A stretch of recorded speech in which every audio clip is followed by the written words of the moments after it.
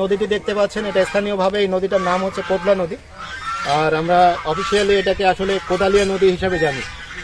এই নদীটা নিয়েই আপনাদেরকে এতক্ষণ আমরা ব্রেক করেছি। আপনারা আশা রাখি আমাদের স্থানীয় যারা আছেন তাদের সাথেও আপনারা কথা বলেছেন। এই নদীতে আগে যেটা হতো যে বাংলাদেশি কোনো নাগরিক যদি এই নদীর কাছাকাছিও আসতো বা নামার চেষ্টা করত, তখন আমাদের প্রতিপক্ষ কর্তৃক তারা বাধাপ্রাপ্ত হতো, যেটা গত কিছুদিন ধরে আমরা এটাকে উতরিয়ে এসেছি। বর্তমানে এই নদীটা যেহেতু বাংলাদেশের সীমান্তের অন্তর্ভুক্ত, এখন এই নদীতে পুরো আধিপত্য এবং নদীর পুরো অধিকার যেটা সেটা আমরা প্রতিষ্ঠা করেছি।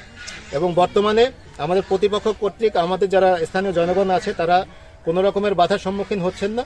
এবং আপনারা দেখছেন যে আমার বাম পাশে যেই নদীর উপরে দেখছেন, এখনই আমাদের লোকজন প্রায় কাজ করছে, বাংলাদেশি মানুষ যারা মাছ ধরার চেষ্টা করছেন। এই অবস্থাটা গত প্রায় 2 সপ্তাহ ধরে, এটা কোনো অস্বাভাবিক বিষয় না।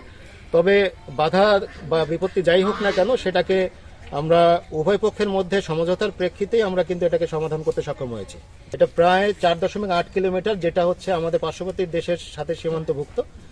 আপনাদের কাছে অনুরোধ করছি যে যখনকার ঘটনা তখনই আপনারা জানাবেন। আমাদের ফোন নাম্বারগুলো কিন্তু বিভিন্ন পয়েন্ট বা বিভিন্ন জায়গায় জায়গায় দেওয়া আছে। বিজিবি সদস্য আছেন, তারা অনেক বেশি প্রফেশনাল এবং অনেক বেশি অ্যাক্টিভ। তারা আপনার এই সমস্যার আশু সমাধান করে দিবেন বলে আমি বিশ্বাস করি।